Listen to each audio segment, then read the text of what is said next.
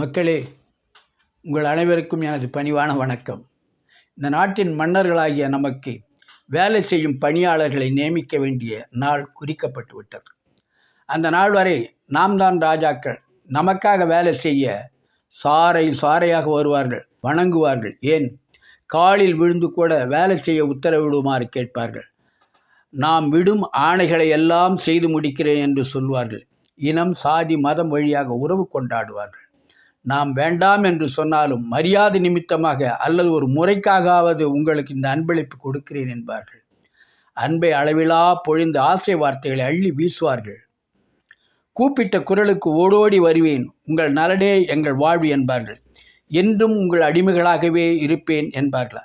அனைத்தும் அந்த வாக்கை சீட்டு அளிக்கும் வரைதான். அன்றோடு முடிந்துவிடும் நம்முடைய இந்த நாட்டின் மன்னர் என்ற பட்டம். அந்த பட்டம் காற்றில் பறந்துவிடும். மீண்டும் உங்கள் பழைய வாழ்க்கைக்கே நீங்கள் திரும்பி விடுவீர்கள். நம்மை பார்த்து நம்மிடம் அஞ்சி அடங்கி அடிமை போல் காட்டிக்கொண்டவர்கள் ஆடிக்காரில் ஆனந்தமாய் பவனி வருவார்கள். நாம் மீண்டும் அன்றாடம் காட்சிகளாக ஆகிவிடுவோம். உங்களுக்கு சிந்திக்கும் திறன் உண்டு, நல்லது கெட்டது அறிவு உண்டு. எதற்கும் விலை போகாதீர்கள். நாம் வாழ வேண்டுமென்றால் நல்லவர்களை தேடுங்கள், நல்லவர்களை தேர்ந்தெடுங்கள்.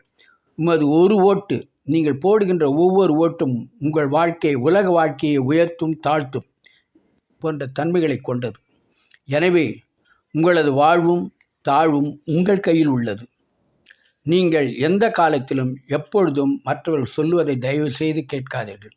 உங்கள் சிந்தனையை ஓட விடுங்கள். அதில் எது சரி என்று பாருங்கள். கடந்த காலங்கள் வரலாறாக இருக்கும், நிகழ்காலம் உங்களுக்கு நல்லதொரு வழியை காட்டும்.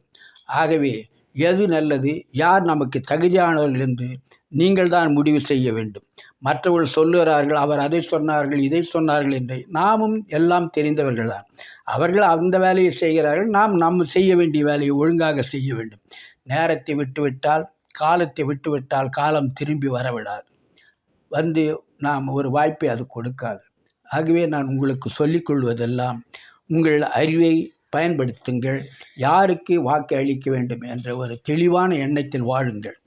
ஏனென்றால் இந்த வாய்ப்பு இதோடு நாம் முடிந்துவிடும். அதோடு அடுத்த தேர்தலுக்குத்தான் நாம் மற்றவர்களை சந்திப்போம். ஆகவே நல்லவர்களை தேர்ந்தெடுங்கள். இது நான் சொல்லுவது ஒரு விழிப்புணர்வு தானே தவிர நான் உங்களுக்கு சொல்வது அறிவுரை அல்ல. உங்கள் மீது, இந்த சமூகத்தின் மீது கொண்ட அக்கறையினால் இதை நான் சொல்லுகிறேன். தயவு செய்து நல்லவர்களை தேர்ந்தெடுங்கள், நல்ல நாணயமானவர்களை தேர்ந்தெடுங்கள். மக்கள் சமூக சேவை செய்ய வேண்டும் என்ற ஆர்வம் உள்ளவர்கள், எண்ணம் உள்ளவர்கள், அவருடைய பின்புலன்களை பாருங்கள். தயவு செய்து அதெல்லாம் பார்த்து நீங்கள் செயல்படுங்கள். அவர்கள் கடந்த கால வாழ்க்கை, நிகழ்கால வாழ்க்கையெல்லாம் நீங்கள் அதையோட தராசு போல் வைத்து அதை எடை போட்டு பார்க்க வேண்டும். எது சரியென்று உங்கள் மனது சொல்லுகிறதோ அதற்கே உங்களுடைய வாக்குகளை அழியுங்கள்.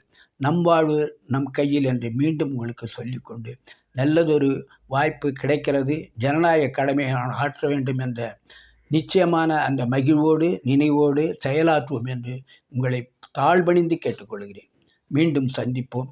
நன்றி, வணக்கம்.